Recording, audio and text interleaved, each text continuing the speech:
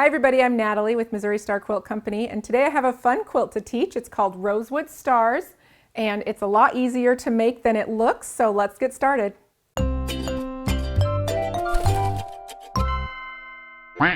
So to make this quilt, you're going to need one package of 2.5-inch print strips, and I've used French Market by Maywood Studios. You're going to need some background fabric, 2 2/3 yards, a 1/4 yard of accent, a yard for your outer border. For your backing, you'll need 4 1/8 yards, or if you use a 108, you'll need 2 yards. So let's get started. This is going to be really fun.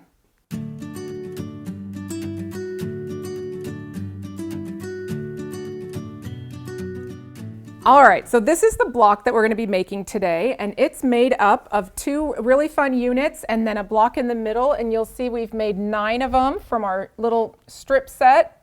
Your background also includes the fabric to make your sashing strips, so we've done a sashing and a cornerstone, and it comes together really easily. So one of the things we're going to do before we get started, we're going to separate some of our prints into contrasting colors to make our diamond star leg unit and then also our 4 patches, and we're going to cut some fabric from our background and our accent. So from the accent fabric, you're going to need 4 1/2-inch strips that are subcut down into 4 1/2-inch squares. And so I've got one of these ready to go for the middle of our block, and we'll get that ready and set up because we're going to start building it in little pieces as we go. All right, so from our background, we're going to cut 2 1/2-inch strips and 4 1/2-inch strips, and then these are going to get subcut down to make the pieces in our block. But that's what you'll need to do to be prepared. So we're going to cut a few 2 1/2 by 4 1/2-inch strips from our background and have those ready to go and set aside. And I've got a few of them cut already, so I'm going to add those to my little pile here. And then I've also got some 2 1/2-inch squares. And we're going to have some of our strips are going to be cut in half so that we end up having 20 approximately. We're not measuring these because we're just going to cut the strips in half, but they should be approximately 20 inches long. And that is what we're going to make our 4 patches out of. Okay, so we've got some of our prep ready to go here. Let's grab some of the strips from our roll. These are always so hard to open because they're so pretty put together. The jelly rolls are one of my favorite things to collect and keep on the shelf, which, you know, isn't necessarily its intended purpose, but it's cute. All right, so I'm going to grab this strip and this one. These are going to make our star leg units.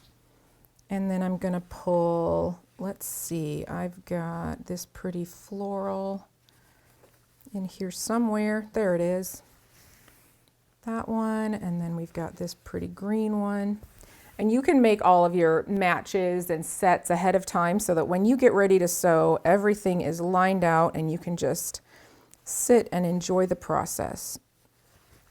All right, and then this one's going to be my little corner squares for this guy.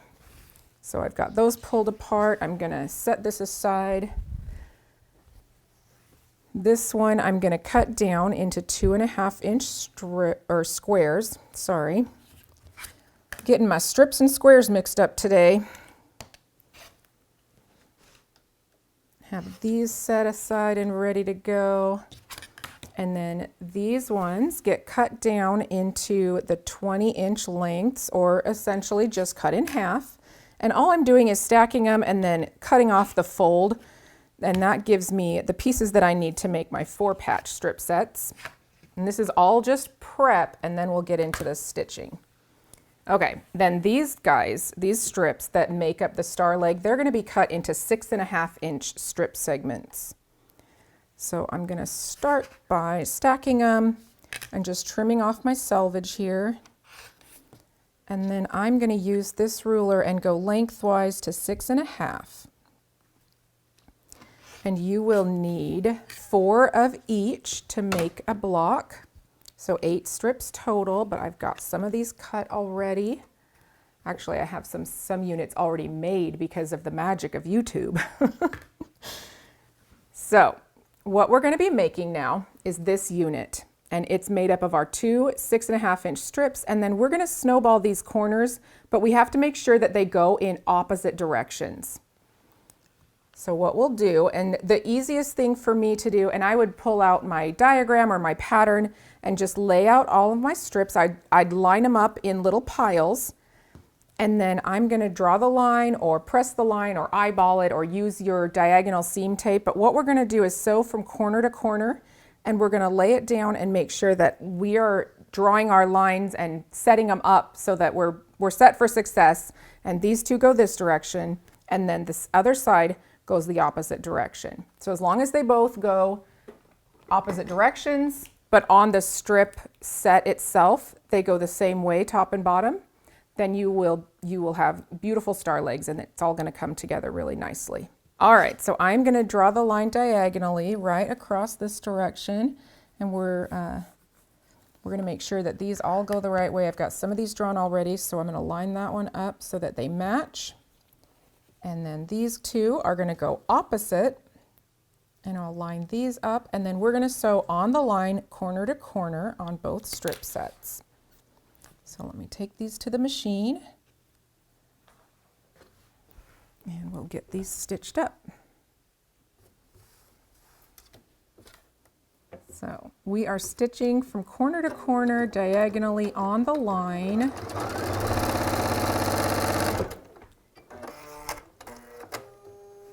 And once you get going, you can just sort of assemble all of these all at once.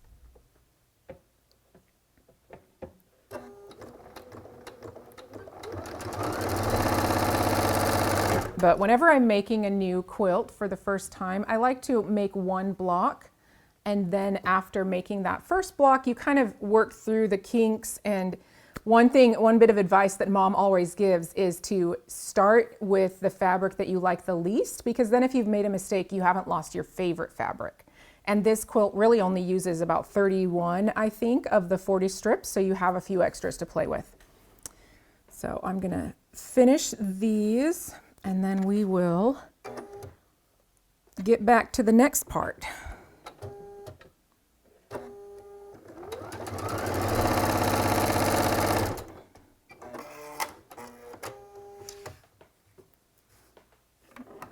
Trim these.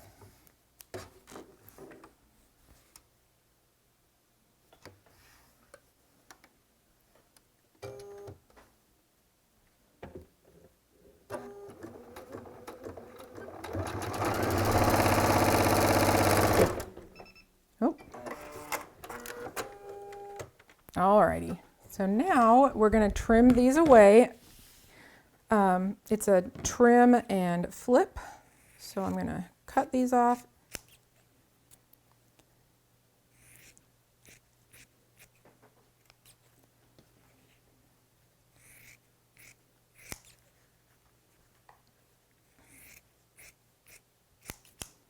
And so as long as you've got your stuff lined up so that it all goes in opposite directions, and then all of your yellows are done one way and all of your reds are done the other way, you'll be able to create this pattern all the way around. So I'm going to set these seams and press them back, and I've got a few of these already stitched together. So as soon as I get these ones done, we'll be able to lay that part out, and it just comes together so easy. I feel like this is one of those particular star leg patterns that looks really complicated because it's a little bit, it just seems very fancy and sort of difficult, or, you know, harder than what we normally do, I guess. Alrighty, so now we're going to line them up like this, set them together, and stitch down that middle seam.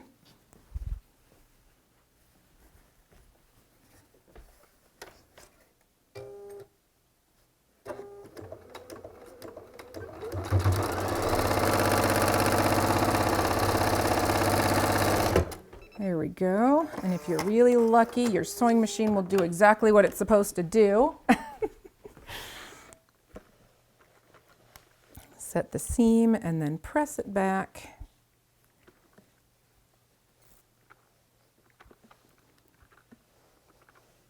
And these should measure 4.5 by 6.5, and I've got, oh, there they are. I've got some already ready to go. So what we're going to do is set these around our center square that is also 4.5 inches square. And just like that, you've got the middle part of your star. Isn't that pretty? I just think these blocks are so beautiful. All right, so the next thing we're going to do is make our 4 patches. So we're going to take those 20-inch strip sets or strips and turn them into strip sets. So we're going to pair these up, one each print and a background, and then you can save the other half for another project, or you can make your sets throughout the quilt a little bit more matchy. I set mine aside so that I could have more variety in the quilt, but it's completely up to you how you want to manage your fabric, and so you can do however you wish. But we are going to stitch on one side of both of these strip sets, and then we're going to subcut them into 2.5 inch segments to make our 4 patches. Alrighty. And I'm just going to do one of these because I've got the other stuff sort of pre-done and ready to go, but this way you can see how we do it without spending too much time on the stuff that's just, you know, really simple. All right.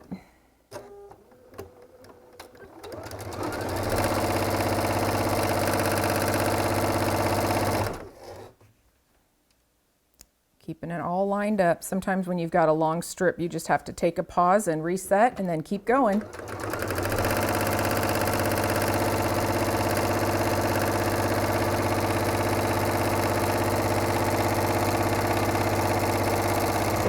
Alrighty.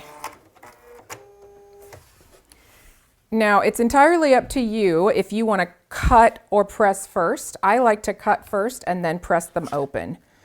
So I'm going to line this up and cut a bunch of, what did I do with my rotary cutter? There it is. There you go. I feel like everybody has that problem when they're sewing, you know, you get your pile going, and I often set my stuff down and then set fabric on top of it, and that's just, that's such a normal thing. All right, so we're cutting these into 2.5 inch strip segments, and then we're going to press them open. So I'll set our seams and press it to the dark side, because if you press to the print rolled back, then your seams nest really naturally. So it's very easy to put those together and have nice flat seams with 4 patches that have good points. All right, and I've already got the other side ready to go here. So we are going to take these and we're going to set them opposite. And because it's a 4 patch, it doesn't matter which way you put them as long as you've got opposite directions. They're going to work out just fine. So I line them up. The one thing that I do is I like to just set them all together in a stack and then sort of mass assembly. I like to give myself little efficiencies that make things easier. And having them all stacked up and ready to go means that I can take that stack to the sewing machine and really work through it pretty quickly. Chain piece as often as I can, you know.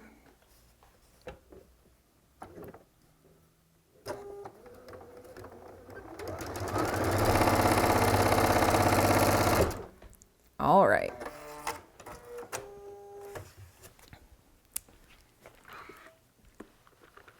Okay, so once we've got our little 4 patches made, set the seam, press it back, and then this part is set and ready to go. So now we're going to take our 2.5 by 4.5 inch strips that we cut earlier, and we are going to stitch that to one side of our 4 patch, because we're adding this little outer piece right here. So we're gonna stitch this to the side, but I think I can go ahead. We're also going to put our 2.5 inch squares that we cut from our little, not accent, but it's sort of an accent within the block, but it's from the pre-cut. So we're going to set that there, and then our other piece goes here. So what I'm going to do now is put these 2 together and these 2 together and take both of these over to the sewing machine and sew 1/4 inch down these 2 sides. Then I'll bring them back and press them, and we'll do the next step.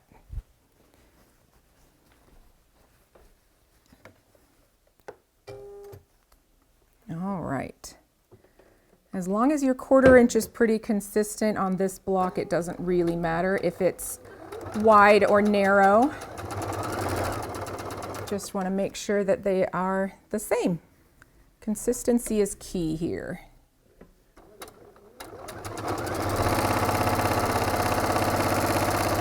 Okay.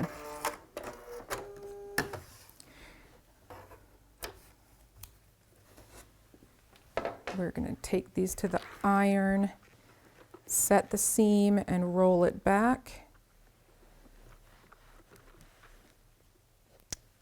And then, I'm going to go ahead and roll this the opposite direction so that I can nest my seams. And you can go either way. It doesn't matter as long as they go opposite. So then what we're going to do is take this piece and roll it over here, and we're going to stitch 1/4 inch on this side, and these units will be ready to go.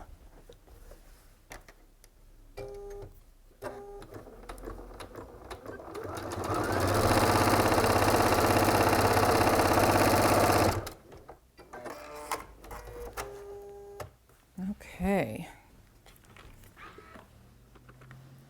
Setting our seam and rolling that back. A lot of people ask questions about pressing, and really what it comes down to is that we want to have blocks that are flat without too much bulk in the points because it makes a flatter, prettier quilt. But ultimately it's up to you whether you press one way or the other, whether you press open. It really is a personal decision, and nobody really looks at the inside of your quilt, especially once it's quilted, and if they do, then they've got their own set of problems and things to worry about, and you don't need to worry about that. So just pick which way works for you best and go with that. All right, so these are our corner units, and I've got a few more made over here. What we're gonna do is set these in with the green facing in, and you can line these up however you like, just as long as they're all the same. And that creates that beautiful chaining pattern that you'll see throughout the quilt. So these go into the corners, and that is everything that we need to make this block. So it comes together so easily and really, really beautiful. And that's it. So now you're going to go ahead and stitch it together in like a 9 patch. Technically this would be called an uneven 9 patch, and that's just because these are 6.5 square, and then these are 6.5 by 4.5, so it's a rectangle. So when you hear somebody say a 9 patch or an uneven 9 patch, this is an uneven 9 patch because the blocks are not all the same size, but they do go together beautifully. So what we'll do is stitch those together, and then our block looks just like this, and you're done. That's all you need to know to make the quilt. Well, there's one more thing. So the next thing you're gonna do is you're gonna cut your sashing strips, and these are 16.5 by 2.5.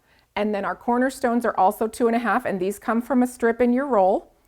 And we're going to put them together again in a 9 patch. And we went ahead and put the cornerstones out in that inner border as well, which makes putting that inner border on really nice. It's really nice when you're trying to line things up, when you have these little seams to match up.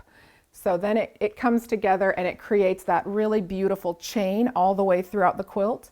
We've got a 5-inch border here on the outer border, and then our backing is this beautiful pink floral that I just think this line, it's so elegant. All right, so we went ahead and did our machine quilting here with a pattern we call Bloom and Plume, and I think it's one of our newer ones. It's very pretty. This quilt ends up being 65 square, so 65 by 65, and I just think it is fun and easy. It's a great quilt for lap quilt and jelly rolls and all of the fun fabrics that you have in your stash. So I hope you enjoyed this tutorial on Rosewood Stars from the Missouri Star Quilt Company. Bye! Hi everybody, I hope you enjoyed today's video. We're trying super hard to get to 1 million subscribers, so if you enjoyed it and you want to see more, just hit subscribe and share with your friends and encourage them to do the same, and I will see you next Friday with a brand new tutorial.